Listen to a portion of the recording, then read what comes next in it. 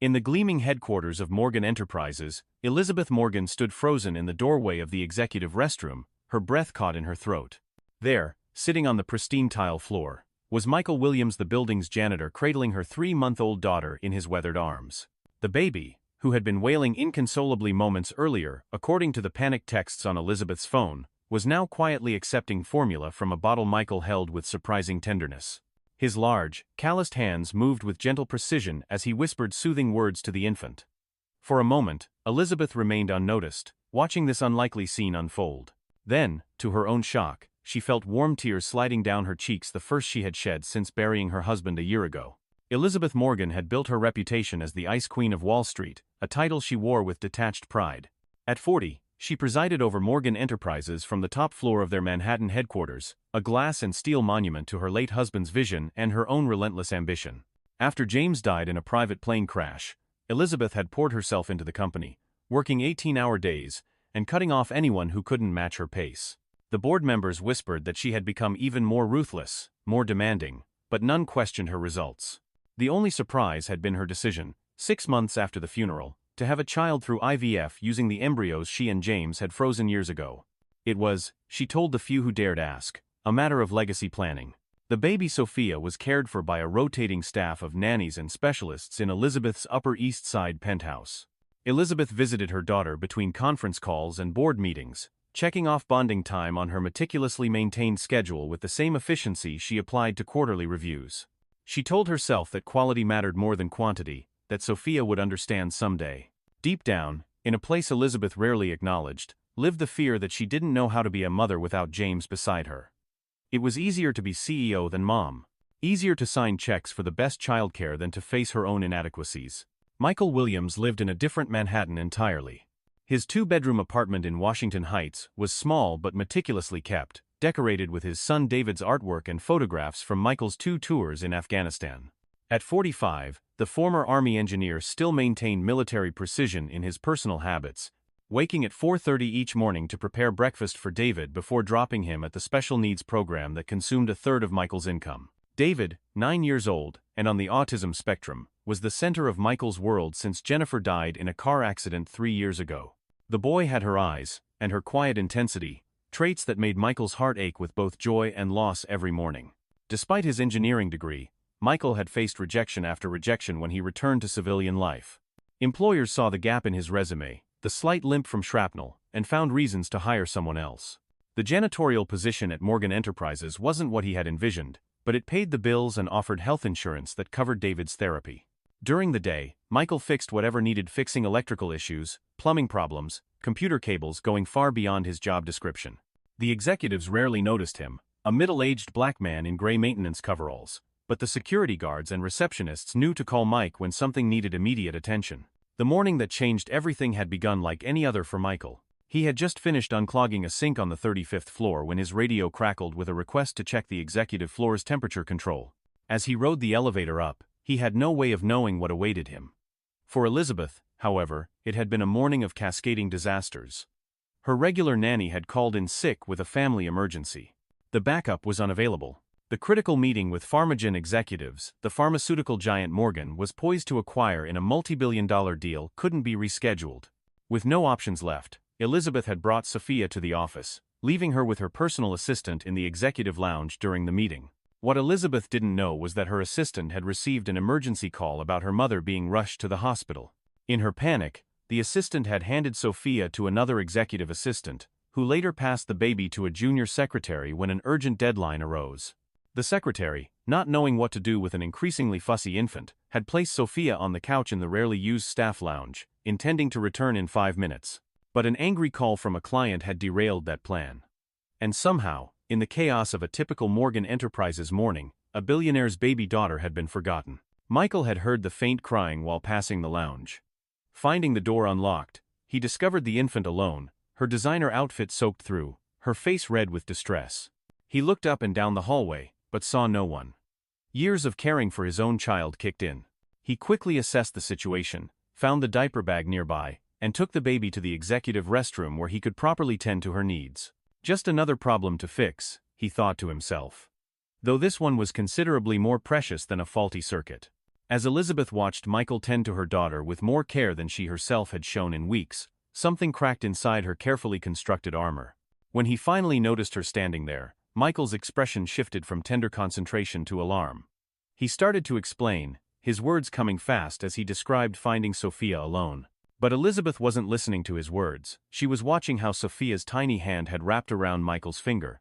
How her daughter seemed perfectly at peace in this stranger's arms, when she often fussed in her own mother's embrace. That moment of recognition might have led to understanding, perhaps even gratitude. But then Michael shifted position, and a document slid from where it had been tucked under the changing pad in the diaper bag. Elizabeth recognized it immediately, the confidential report on Pharmagen's clinical trials that she had been reviewing that morning. Her vulnerability vanished, replaced by cold suspicion. Why was this man really holding her child? How had he accessed a restricted area? Was corporate espionage at play? The tears on her cheeks felt like a foolish weakness now.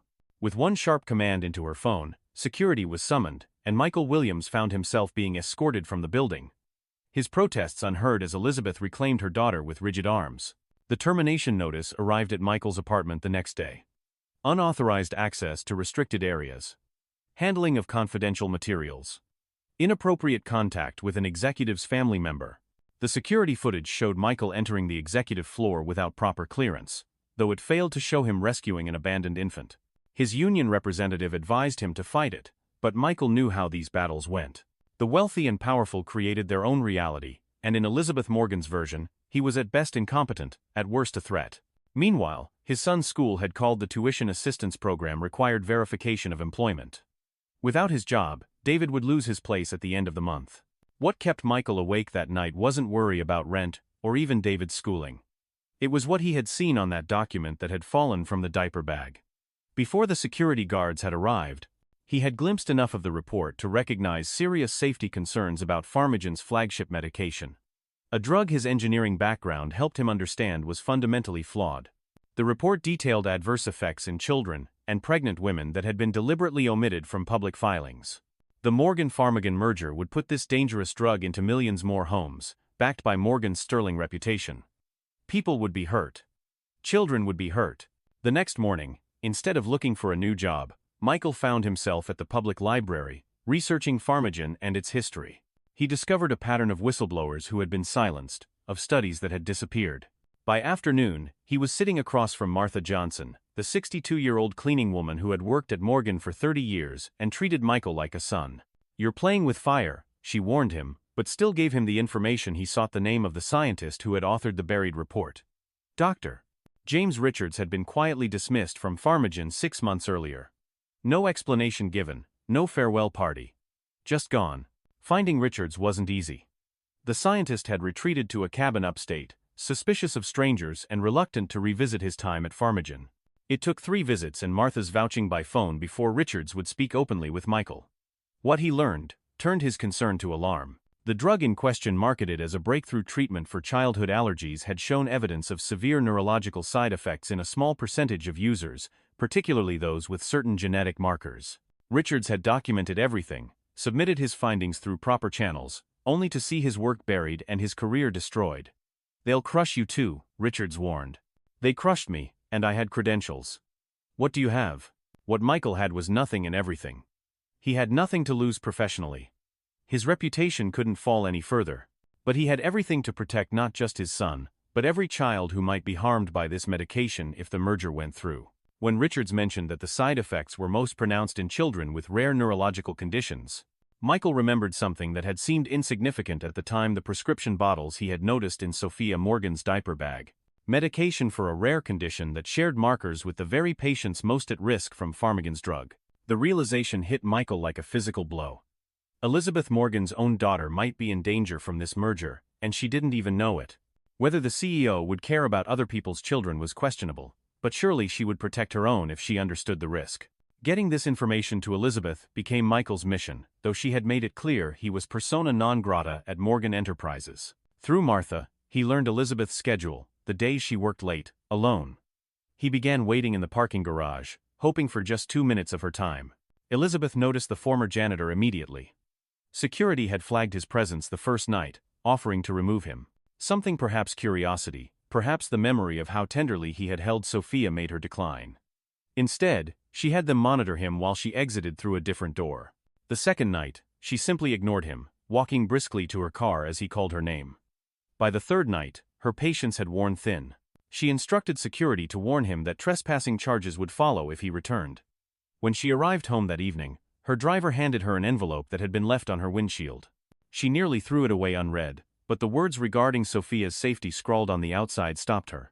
That night, while reading through Michael's assembled evidence, Elizabeth received the call that would change everything. Sophia had spiked a high fever, was struggling to breathe. The night nurse had already called an ambulance. At the hospital, as doctors ran tests and consulted in hushed voices, Elizabeth found herself staring at the symptoms listed in Richard's report, then at her baby daughter lying small and vulnerable amid a tangle of monitoring wires. The parallels were unmistakable. With shaking hands, she dialed the number Michael had included in his envelope. They met in a 24-hour diner near the hospital at 3 in the morning. Michael still in his mechanic's uniform from the auto shop where he'd found work.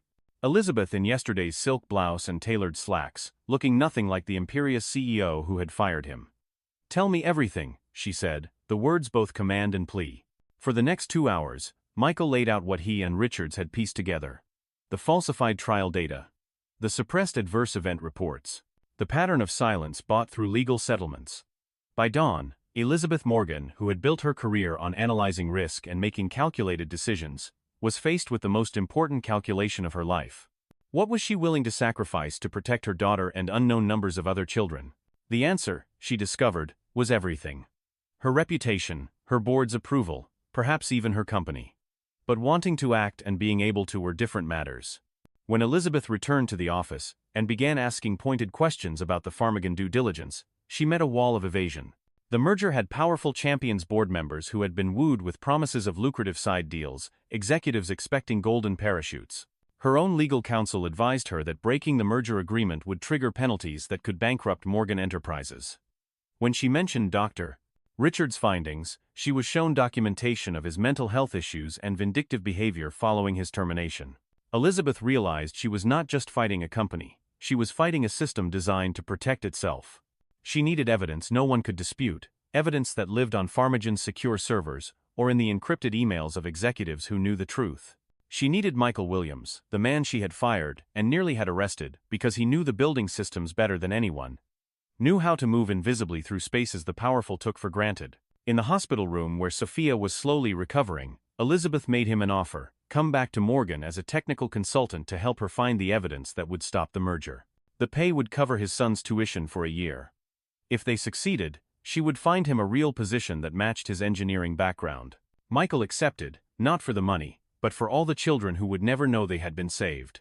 Using his maintenance access codes, which remarkably still worked, and Elizabeth's executive clearance, they began their dangerous dance. Elizabeth created diversions, while Michael accessed server rooms. He installed tiny devices that captured network traffic while she sat through board meetings, smiling at the very people she was now investigating. They worked at night, during lunch breaks, in the margins of Elizabeth's tightly controlled schedule. The evidence accumulated. Emails, acknowledging the risks, financial projections that factored in expected lawsuit settlements as a cost of doing business. A cynical calculation of profit versus harm. They were 3 days from the shareholder vote that would approve the merger when disaster struck. Security cameras captured Michael entering the main server room after hours. The head of IT security, one of the executives deeply invested in the merger's success, had been monitoring their activities. When Elizabeth received the alert that Michael had been detained, she rushed to the server room, using her authority to dismiss the security guards. But as soon as they were alone, the door locked behind them. The room's environmental controls began malfunctioning, the temperature plummeting as the oxygen supply diminished. Their phones had no signal in the shielded room. The perfect accident was unfolding equipment failure, 2 unauthorized personnel where they shouldn't be, tragic but ultimately unremarkable. As the air grew thin and cold, Elizabeth and Michael found themselves huddled together behind a server bank, sharing body heat and the last of their strength. "Tell me about your son," Elizabeth asked, her voice raspy. And Michael did, his words painting a picture of a boy who saw the world differently, who struggled with change but whose capacity for love was boundless. Elizabeth spoke of James, of how she had tried to become what she thought he would want after his death, forgetting that what he had loved most was her humanity, not her ruthless efficiency. "I don't know how to be a mother," she admitted in the darkness. "You do," Michael replied. I saw it in your eyes when you looked at Sophia in that bathroom. You just need to trust that instinct more than your spreadsheets. They were fading in and out of consciousness when Martha Johnson, working her usual night shift and worried when Michael didn't answer her texts, noticed the server room door was sealed with an executive override. Something about it felt wrong to her. Martha had cleaned these offices for 3 decades, had seen executives come and go, had witnessed moments of triumph and scandal.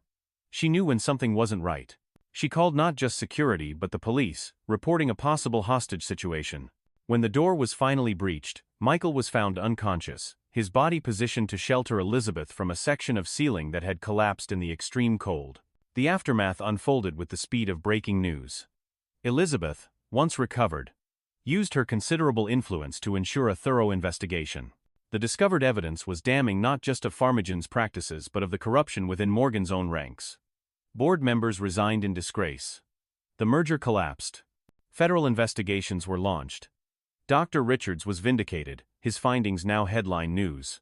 Sophia recovered fully, her condition properly treated by doctors now aware of the interactions they had narrowly avoided. At the emergency shareholder meeting called to address the crisis, Elizabeth Morgan stood before a room of stunned investors and did something unprecedented in her career. She admitted failure to properly vet their acquisition target, failure to create a culture where ethical concerns could be raised without fear. Then she called Michael Williams to the podium, publicly thanking the man who had risked everything not once but twice. First to care for an abandoned baby, then to protect countless children he would never meet. The room fell silent as this unlikely pair stood side by side, the billionaire CEO and the former janitor, united by crisis, and something deeper neither could yet name. Morgan Enterprises survived the scandal, emerging stronger under Elizabeth's transformed leadership. The company established new ethics protocols and a whistleblower protection program that became the industry standard. Michael Williams, whose engineering background and practical problem-solving had impressed everyone during the crisis, was appointed Director of Facilities and Safety, a position created specifically to leverage his unique combination of technical knowledge and ethical backbone. His son David transferred to a specialized school fully funded by a new Morgan Foundation initiative for children with exceptional needs. The true transformation, however, occurred in the spaces between professional achievements. Elizabeth began bringing Sophia to the office regularly, converting a corner of her executive suite into a cheerful nursery. She adjusted her schedule to include daily walks in the park with her daughter, bedtime stories, weekend mornings spent in pajamas building block towers that immediately toppled. The Ice Queen thawed, not into weakness as she had once feared, but into a more effective, empathetic leader. Her team's loyalty deepened. Decisions became more nuanced, considering human impact alongside financial gain. Michael flourished in his new role. His practical experience complemented by evening classes to update his engineering credentials. He mentored young maintenance workers, creating pathways for advancement that hadn't existed before. David blossomed at his new school, making friends for the first time and developing his remarkable talent for mathematics. On Fridays, Michael brought him to the Morgan offices, where David enjoyed visiting the IT department and, increasingly, spending time with Elizabeth and Sophia. The little girl, now walking and talking, adored Mr. Mike and his quiet son who taught her counting games. 1 year after the night they nearly died together, Elizabeth hosted the company's anniversary celebration at her home rather than the usual hotel ballroom. Under twinkling lights in her penthouse garden, surrounded by a smaller, more intimate group than in previous years, she announced the establishment of the Williams Center for Exceptional Children, a state-of-the-art facility dedicated to supporting children with autism and rare medical conditions. As she handed Michael the symbolic key to the center named for his son, their fingers touched, lingering perhaps a moment longer than necessary. Later that evening, as the party wound down, Elizabeth found Michael standing alone on the balcony, looking out over the city lights. "Do you know what I think about sometimes?" she asked, joining him at the railing. "That if my daughter hadn't been forgotten that day, if you hadn't found her, if you hadn't been the kind of man who would stop to help, none of this would exist. So many lives unchanged." Michael smiled, his eyes crinkling at the corners. "I think that's true of most important things in life. They start with small moments, choices we don't even recognize as important until later." Below them in the garden, David was showing Sophia how to identify constellations. The little girl nestled against his side, her head tilted to the stars. They stood together in comfortable silence, the CEO and the engineer, watching their children, one born to privilege, one to struggle, now moving through the world together. Neither Michael nor Elizabeth could say exactly when gratitude had become friendship, when friendship had deepened into something more. They only knew that in finding each other, they had also found versions of themselves they had forgotten existed or perhaps had never known were possible. And in a world that so often separated people by wealth, power, and circumstance, they had created something rare and precious. A family formed not by obligation or convention, but by choice, courage, and the transformative power of seeing one another's true worth. The changes at Morgan Enterprises extended far beyond new policies and personnel. Elizabeth initiated a comprehensive review of all corporate partnerships, prioritizing ethical standards over profit margins for the first time in the company's history. Board meetings now included discussions of social impact alongside financial projections. The company's stock had initially plummeted after the Pharmagen scandal. But 6 months later, it had not only recovered but reached new heights. Investors were drawn to the transparency and integrity that now defined the Morgan brand. Business schools began featuring the company's transformation in case studies on ethical leadership and corporate responsibility. Michael's department became a model of efficiency and innovation. His military experience and engineering mindset brought a new level of precision to building operations, identifying vulnerabilities in systems that had been overlooked for years. He assembled a team that reflected his belief in second chances, hiring veterans transitioning to civilian life, people with disabilities, and parents returning to the workforce after extended absences. His team members were fiercely loyal, not just to Michael, but to the standards he embodied. Problems that once took days to resolve were now handled in hours. Costs decreased while safety and satisfaction metrics soared. Elizabeth and Michael developed a working relationship built on mutual respect and complementary strengths. She valued his practical perspective and unvarnished honesty. He appreciated her strategic vision and determination. When disagreements arose, they discussed them privately, each listening to the other's viewpoint without hierarchy or pretense. Their different backgrounds became an asset rather than a barrier, allowing them to see challenges from multiple angles. Employees noticed the change in dynamics, how the CEO now regularly appeared in maintenance areas, hard hat in hand, genuinely interested in operations that had previously been beneath her notice. Sophia grew stronger each day, her rare condition managed through a treatment protocol developed in consultation with specialists from around the world, funded by Elizabeth but made freely available to other families facing similar diagnoses. At 18 months, she was a curious, energetic toddler who showed no lasting effects from her early health crisis. Elizabeth marveled at her daughter's resilience, her easy laughter, her determination to master each new skill. Parenthood was still challenging, still required sacrifices Elizabeth hadn't anticipated, but she no longer saw it as a duty to be efficiently dispatched. Instead, it had become the center from which all other aspects of her life radiated. David's progress was equally remarkable. At his new school, teachers recognized his exceptional mathematical abilities and developed a customized curriculum that challenged him while accommodating his social challenges. Michael watched in amazement as his son gradually emerged from his protective shell, participating in group activities, even making a presentation at a school science fair with minimal support. The nightmares that had plagued David since his mother's death grew less frequent. The tightness in Michael's chest when he thought about his son's future began to ease, replaced by cautious optimism. Martha Johnson, whose quick thinking had saved Elizabeth and Michael in the server room, refused Elizabeth's offer of retirement with full benefits. "What would I do with myself?" she had asked. Instead, she accepted a new position as facilities coordinator, overseeing the cleaning staff she had worked alongside for decades, ensuring they received fair wages, proper training, and the respect they deserved. Her office, yes.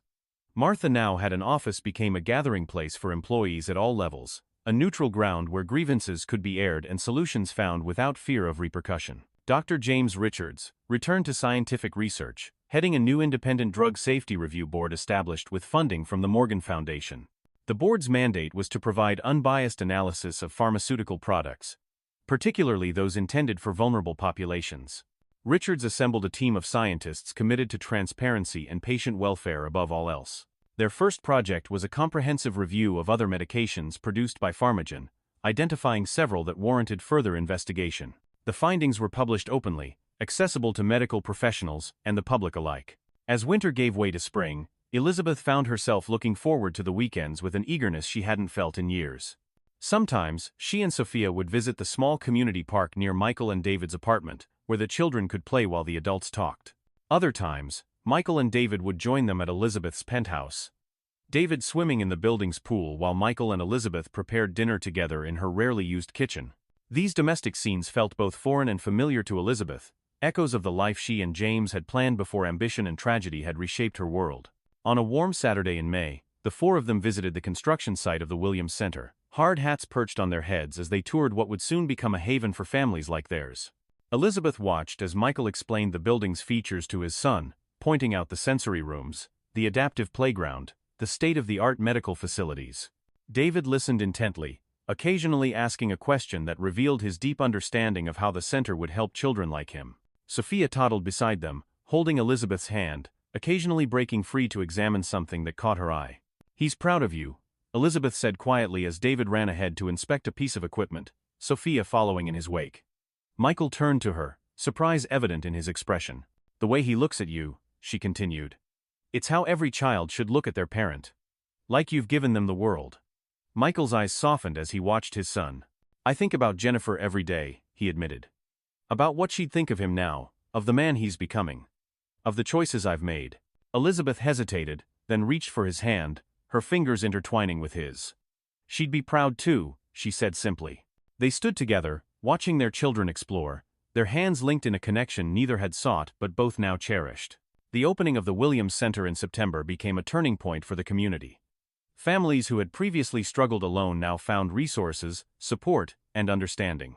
Children who had been marginalized in traditional settings thrived in an environment designed with their needs in mind. The center employed a multidisciplinary team of educators, therapists, and medical professionals, many of whom had personal connections to the conditions they treated. David, now 10, became an unofficial ambassador, showing new children around, helping them feel welcome. His confidence grew with each successful interaction, each moment of connection. Elizabeth made time to visit the center weekly, reading to groups of children, meeting with parents to hear their stories and concerns. She learned names, remembered details, built relationships that transcended her role as benefactor. These visits grounded her, reminded her of the human impact behind corporate decisions. She began bringing Sophia, wanting her daughter to grow up understanding both her privilege and her responsibility to use it wisely. The little girl flourished in this environment, developing an empathy beyond her years, a natural kindness that brought Elizabeth to tears when she least expected it. The relationship between Elizabeth and Michael evolved gradually, neither rushing what was building between them. They were both scarred by loss, cautious about opening themselves to potential pain. There were professional considerations as well. Gossip was inevitable in corporate settings, and neither wanted their personal lives to undermine their hard-won credibility. Yet there was an undeniable pull, a sense of rightness when they were together. Small moments accumulated, a lingering glance across a conference table, hands brushing as they both reached for the same document, late-night conversations that strayed from work to dreams, regrets, hopes for the future. Their first kiss happened on a rainy Tuesday evening, after everyone else had left the office. They had been reviewing plans for expanding the Williams Center to a second location, heads bent together over architectural drawings. Elizabeth had looked up to find Michael watching her with an intensity that made her breath catch.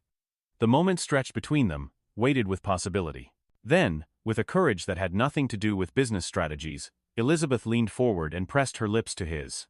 Michael's response was immediate, his arms encircling her with a tenderness that made her past relationships seem hollow by comparison. They moved forward with characteristic thoughtfulness, agreeing to keep their relationship private until they were certain of its direction.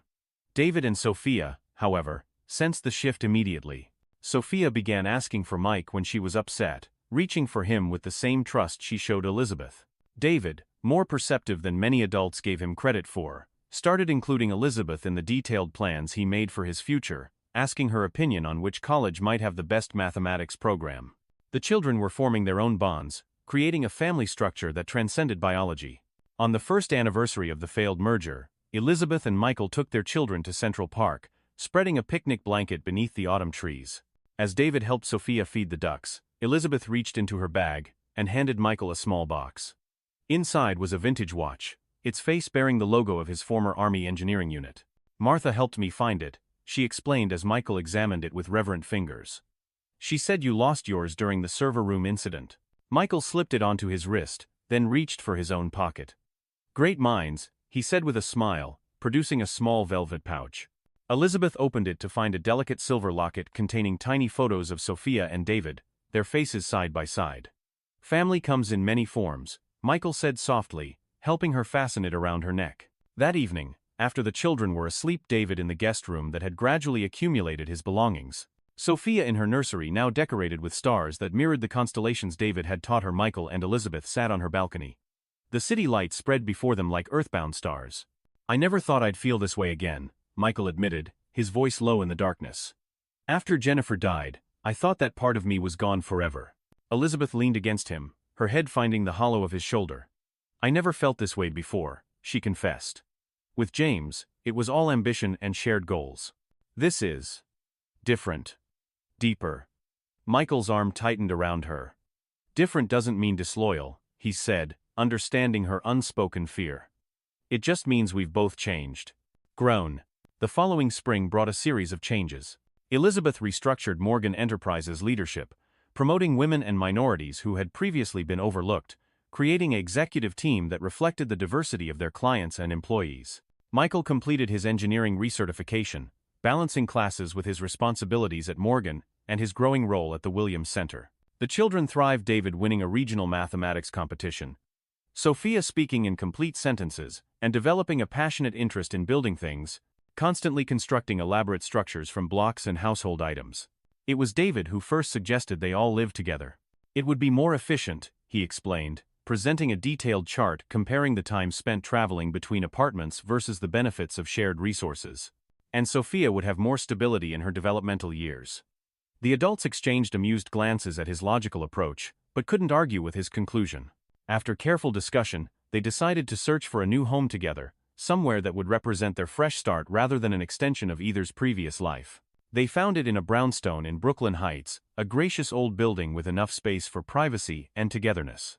Elizabeth surprised everyone by suggesting they sell her penthouse rather than maintain it as an investment. "I don't want an escape hatch," she explained to Michael when he questioned the financial wisdom. "I want us all in, building something permanent." The renovation took months, with each family member contributing ideas. David's sensory, friendly spaces, Sophia's child, height windows to watch the street below, Michael's workshop in the basement, Elizabeth's library, with reading nooks for everyone. The day they moved in, Martha, Dr. Richards, and a small group of friends from both their worlds gathered for a housewarming. There was no formal ceremony, no public announcement of their commitment. Just quiet acknowledgement of what had already been established through crisis, courage, and daily choice. As evening fell, Elizabeth found herself standing in the doorway of the children's shared playroom, watching as Michael helped them arrange treasured possessions on new shelves. Sophia's dolls beside David's meticulously organized collection of minerals. Different yet harmonious, like the family they had become. "Happy?" Michael asked later, finding her alone in their bedroom, unpacking the silver picture frames that held their past James smiling on their wedding day, Jennifer holding newborn David, the four of them at the Williams Center opening. Elizabeth considered the question, the weight and measure of it. "Complete," she answered finally. "For the first time in my life, I feel complete." Michael nodded, understanding the distinction. He drew her into his arms, their bodies fitting together with the ease of practice and the thrill of continued discovery. Outside their window, the Brooklyn Bridge spanned the distance between worlds, its lights a reminder that the most meaningful journeys often begin with a single, unexpected step.